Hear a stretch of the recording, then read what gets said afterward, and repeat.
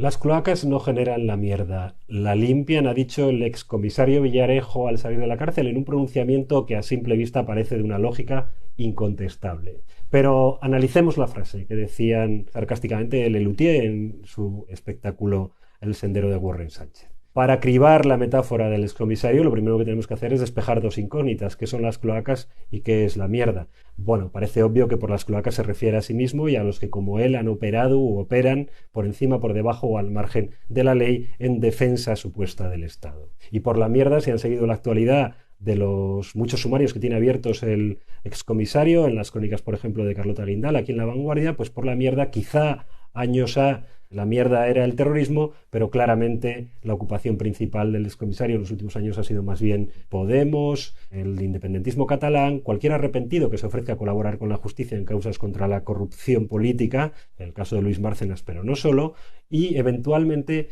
cualquiera que amenazara a determinados poderes económicos o empresariales que supuestamente contrataban sus servicios. Las sociedades humanas operan en sentido contrario a la segunda ley de la termodinámica o ley de la entropía, que es esta que fija que todo sistema tiende al caos. Las sociedades humanas no tienden al caos, tienden al orden, y cuando este no puede ser provisto desde la ley, aparecen otros agentes. El periodista de investigación Misha Glennie, en su famosísimo libro McMafia, que es un repaso, una investigación muy profusa sobre el crimen organizado en el mundo, que por cierto fue convertida en serie de ficción por la BBC, pues nos explica que a la disolución de la Unión Soviética siguió un tremendo auge del crimen organizado en Rusia. Durante los años en los que el país parecía caerse a pedazos, en los gobiernos de Boris Yeltsin, el crimen organizado se hizo prácticamente con la seguridad del Estado. No solo ocurrió en Rusia, también ocurrió en distinta medida en otros países del antiguo Pacto de Varsovia, de Europa del Este. Y eran organizaciones que estaban conformadas sobre todo por exagentes de los servicios de seguridad del Estado, como el KGB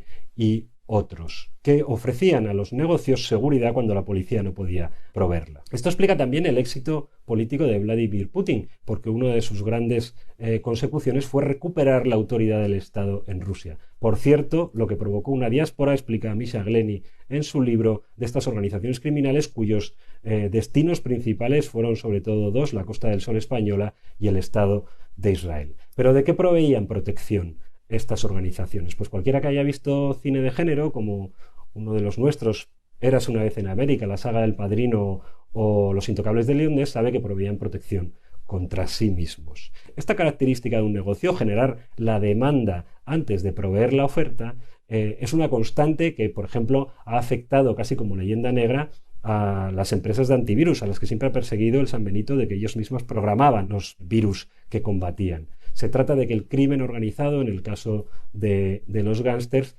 proveen la delincuencia de la que uno se puede proteger en cómodas cuotas mensuales. En Occidente y a día de hoy las empresas de seguridad, por supuesto que no asaltan pisos ni chalets ni comercios para ofrecer las alarmas. Se limitan a mandarte un comercial a casa que exagera o se inventa los datos de delincuencia de tu zona para crearte la sensación de que necesitas contratar sus servicios. El sector de la seguridad siempre ha estado marcado un poco por esta cualidad dual de proveer demanda y oferta, y tanto en el privado como en lo público. De hecho, esta característica es la que está detrás de lo que llamamos terrorismo de Estado o de lo que más comúnmente se conoce como ataques de falsa bandera.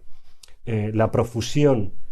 propagandística, publicitaria o bien informativa de informaciones que generan inseguridad, paradójicamente en las sociedades más seguras que ha conocido la historia de la humanidad, están detrás del auge del negocio de las alarmas, pero también de sectores novísimos, como por ejemplo ese que se dedica a hostigar a vecinos y que se ha dado en llamar desocupación. Los fans de las novelas de John le Carré o de Lane Dayton y de sus personajes, como por ejemplo Harry Palmer, al que puso su rostro Michael Caine muy joven en Ip Cres o Funeral en Berlín, o George Smiley, al que pusieron el rostro entre otros Rupert Davis, James Mason o Gary Oldman en títulos como El espía que surgió del frío, Llamada para un muerto o El topo,